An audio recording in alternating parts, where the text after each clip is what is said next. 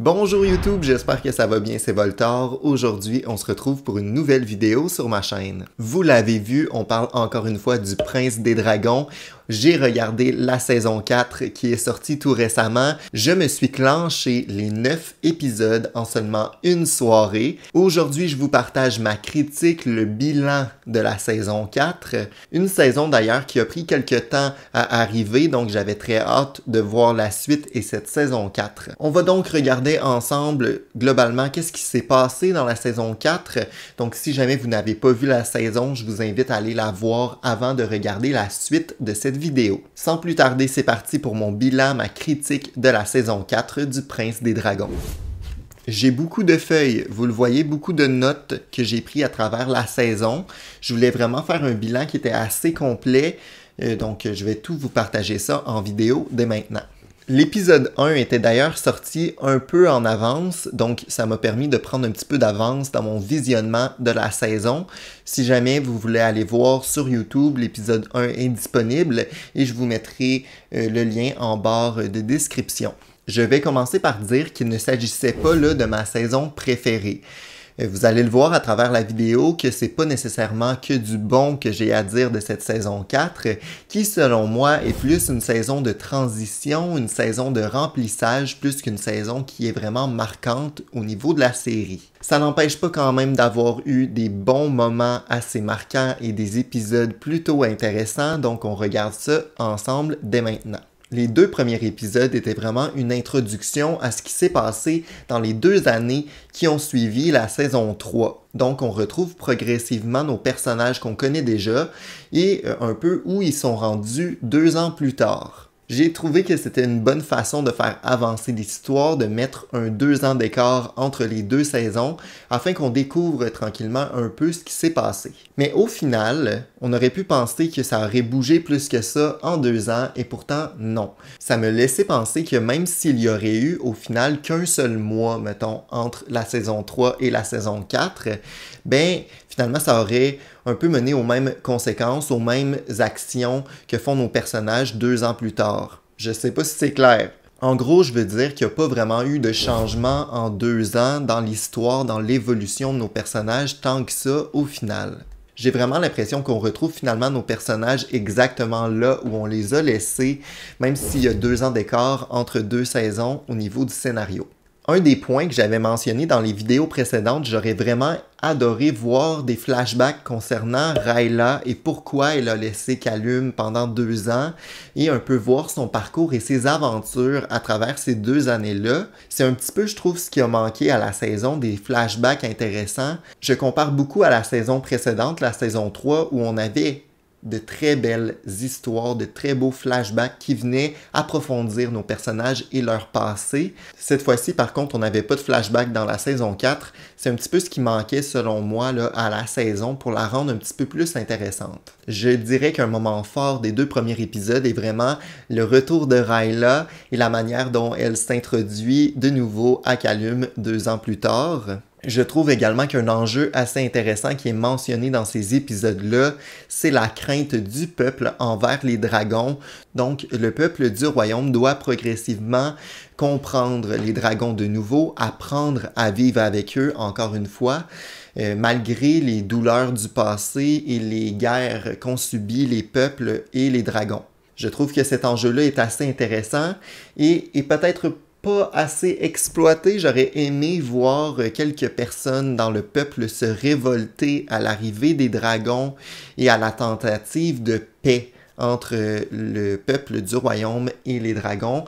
Malheureusement, on n'a pas vu vraiment de comme rébellion en tant que telle. Je trouve qu'il y aurait vraiment eu du potentiel pour créer une espèce de tension dans le royaume si certaines personnes avaient vraiment mis leur pied à terre et considéré que le retour des dragons était une menace. Je trouve que c'est un enjeu qui est assez intéressant, mais qui a été effleuré à travers les 2 premiers épisodes et sans plus au final pour le reste de la saison. L'épisode 3 est autour de cette intrigue-là, du retour des dragons et tout, et de l'impact sur le royaume qui est finalement peu important pour le reste de la saison. Mais une scène en particulier est assez intéressante et assez bien conçue, assez bien rythmée. C'est le parallèle entre le combat de Claudia et le discours d'Ezran.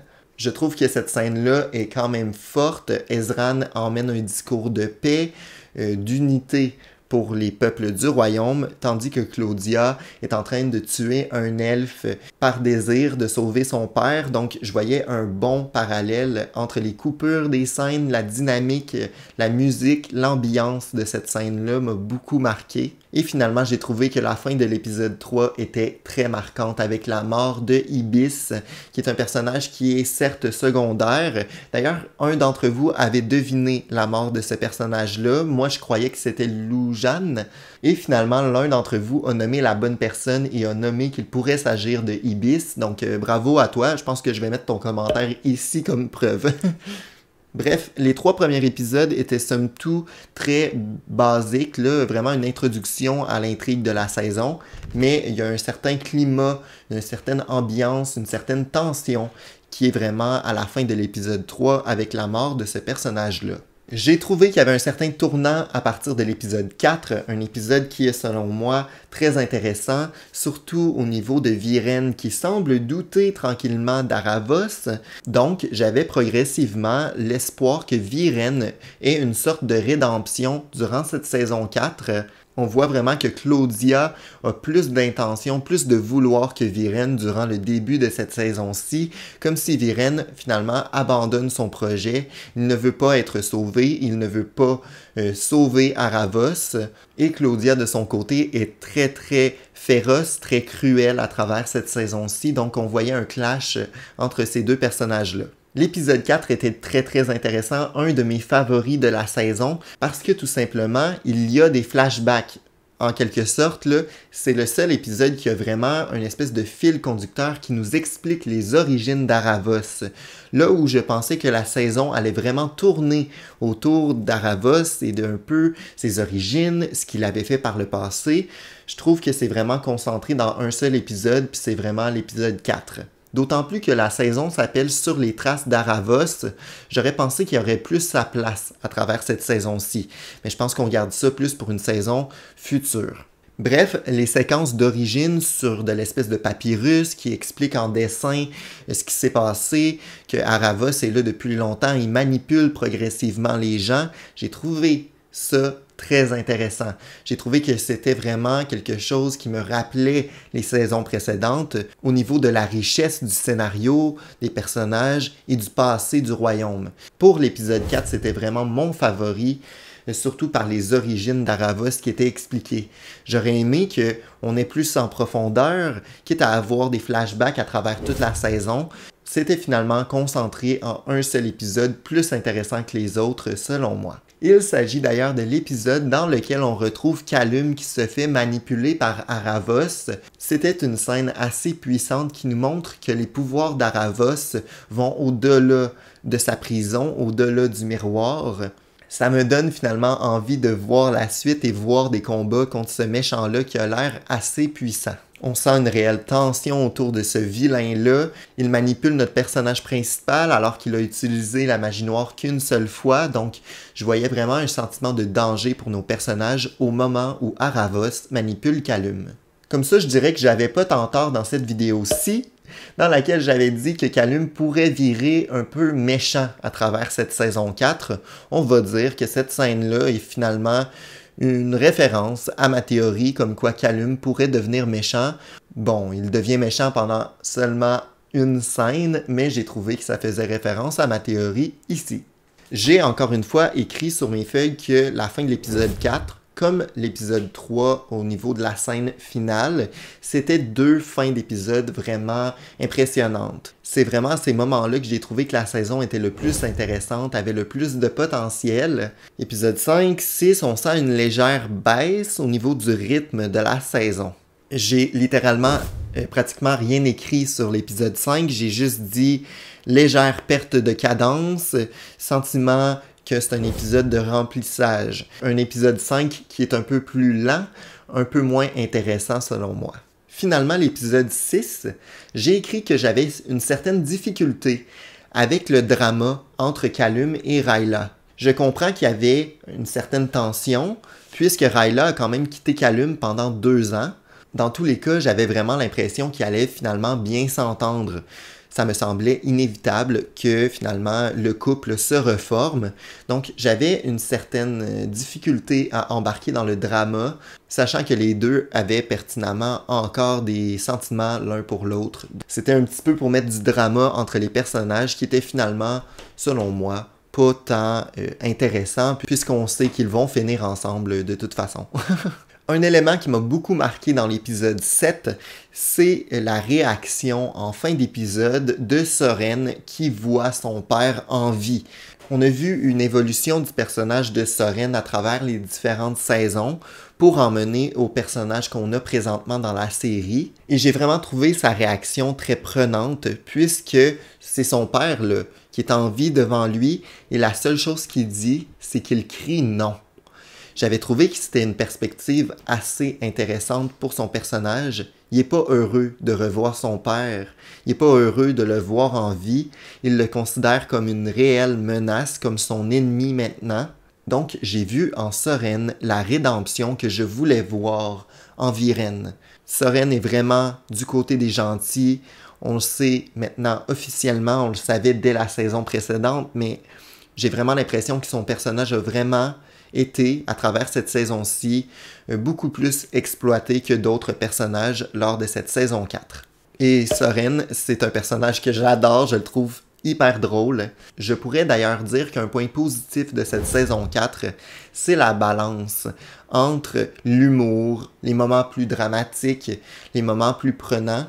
Je trouve qu'il y avait quand même une bonne balance entre tous ces éléments-là et la dynamique de la saison. Durant le 8e épisode, on voit la détermination de Claudia à son maximum.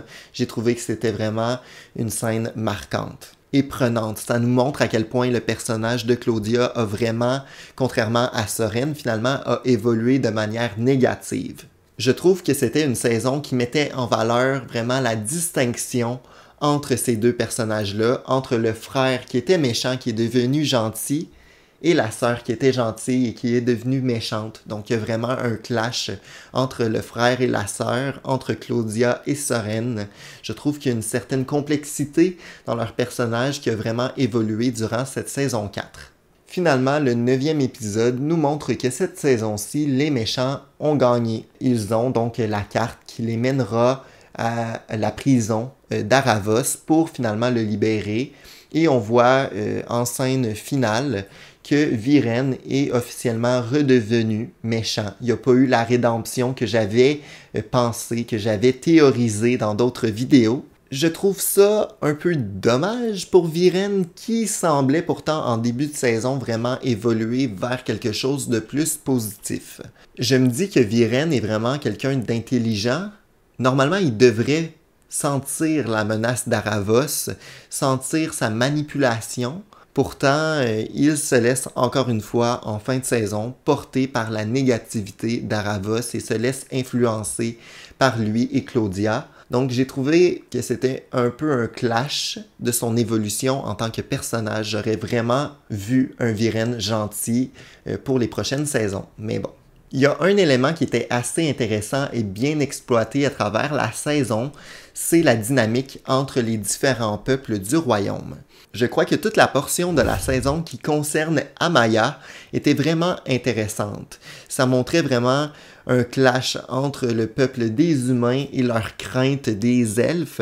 Finalement, les peuples sont unis en fin de saison, ce qui pourrait montrer potentiellement une certaine victoire cette saison-ci pour les héros. L'unification du peuple des humains et des elfes de feu. J'ai vraiment trouvé que c'était un enjeu intéressant à travers la saison et j'étais content qu'ils montrent des scènes comme ça assez intéressantes pour ces personnages-là. Comme je l'ai dit, ce n'était pas une mauvaise saison, c'était très bon. J'ai trouvé ça divertissant, j'ai trouvé ça très bien emmené, les musiques encore une fois, le visuel a été amélioré, les graphiques sont beaucoup mieux qu'avant. Ça reste que c'est pas ma saison favorite. Tout simplement parce que j'ai vraiment l'impression que c'est une saison de remplissage. Tout ça a finalement mené à ce que les méchants aient la map pour finalement se rendre à la prison d'Aravos. J'ai trouvé que c'était très flou comme scénario dans le sens où il s'est pas passé grand-chose. Dans les autres saisons, on avait des batailles, des guerres. Cette fois-ci, leur objectif était de trouver une map, mais personne n'a trouvé vraiment des informations assez intéressantes concernant Aravos ou encore sa prison. Donc, j'ai trouvé que c'était une saison qui était plutôt lente au niveau du scénario. On n'a pas vu d'avancée, de retournement intéressant tant que ça au final. J'aurais vraiment cru en la libération d'Aravos en fin de saison pour vraiment mettre une crainte concernant la saison 5. Mais là, on sait pas vraiment où cette saison-là nous a menés, puisque finalement nos héros sont de retour à la case départ, c'est-à-dire qu'ils ne savent rien. Mis à part un élément assez intéressant, Rayla a récupéré les médaillons de ses parents et de Runan. Donc, pour ça, ok, mais ça aurait pu se passer bien plus tôt dans la saison pour finalement libérer Aravos en fin de saison. En gros, ce que j'essaie de dire, c'était une bonne saison, mais qui aurait pu être plus condensée. J'ai vraiment l'impression qu'ils essaient d'étirer la série pour faire le plus de saisons possible et que ça rend cette saison 4 un peu moins intéressante et un peu plus lente. Vous me direz si vous partagez mon opinion, peut-être que vous avez vraiment apprécié la saison 4 et vous n'avez pas trouvé le rythme trop lent, donc tant mieux. Je vais regarder la saison 5 parce que j'ai hâte de voir ce qui va arriver. C'est vraiment une saison qui te met l'eau à la bouche, mais qui mène pas vraiment à quelque chose. Donc, j'ai juste hâte de voir la suite présentement parce que je suis encore sur ma faim. Bref, merci d'avoir regardé cette vidéo. J'espère que ça vous a plu. Je vais évidemment faire des vidéos dans le futur pour partager mes théories concernant la saison 5. Je vous invite à vous abonner, à commenter et à mettre un pouce en l'air. Et on se retrouve très prochainement pour de nouvelles vidéos sur ma chaîne. À bientôt. Ciao!